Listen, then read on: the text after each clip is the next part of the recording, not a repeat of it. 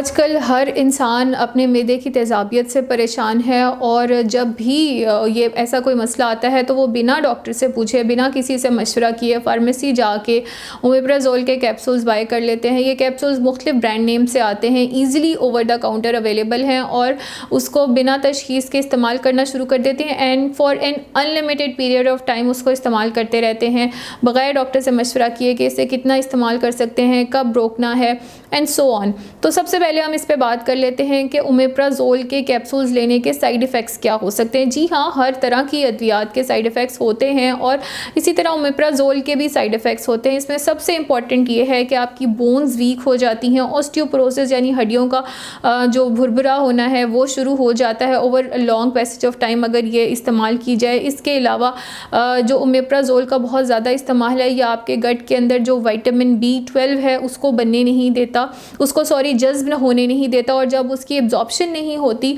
तो होता क्या है कि आप मुख्तलिफ़ तरह के कमज़ोर पट्ठों का शिकार हो जाते हैं, आपके असाब कमज़ोर हो जाते हैं, हाथ या पाँव जो हैं वो सुन्न होने लग जाते हैं, सुइयाँ चुभने की ऐसे आपको फीलिंग आती है कि जिस्म पे सुइयाँ चुभ रही हैं। तो ये मुख्तलिफ़ अलामात है जो विटामिन B12 की कमी की हैं और ये ओमेप्राज़ोल के बेतहाशा इस्तेमाल से, और जो कि डॉक्टर ने रिकमेंड भी नहीं किया होता, हम सेल्फ़ मेडिकेशन कर रहे होते हैं, गूगल करके कर रहे होते हैं। सो ये कुछ हैं इसके साइड इफ़ेक्ट्स। अब ये देख लेते हैं कि ओमेप्राज़ोल करता क्या है।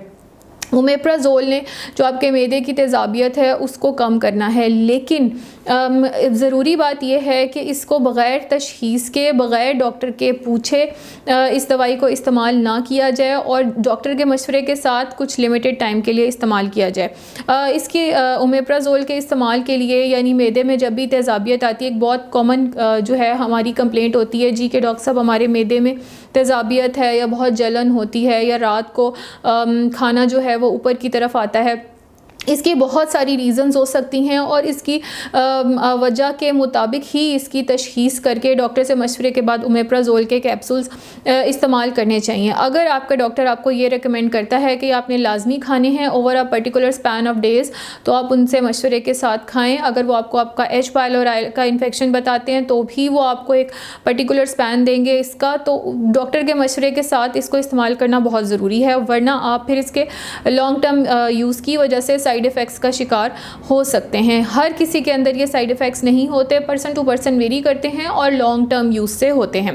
अब बात कर लेते हैं ऐसी कौन सी चीज़ें हैं जो मैदे की तेज़ाबियत को ट्रिगर करती हैं। तो इसमें सबसे पहले और सबसे इम्पॉर्टेंट तो हमारा लाइफस्टाइल है और हमारे खाने पीने की आते हैं। हम खाना अब ऑयली खाना पसंद करते हैं, हम फ्राइड फूड खाना पसंद करते हैं, हम पिज़्ज़ाज़ और पास्ताज़ खाना पसंद करते हैं, बहुत हैवीली कुक्ड मील्स को पसंद करते हैं, जिसकी वजह से मैदे में तेज़ाबियत जो है वो रूटीन से ज़्यादा बढ़ जाती है।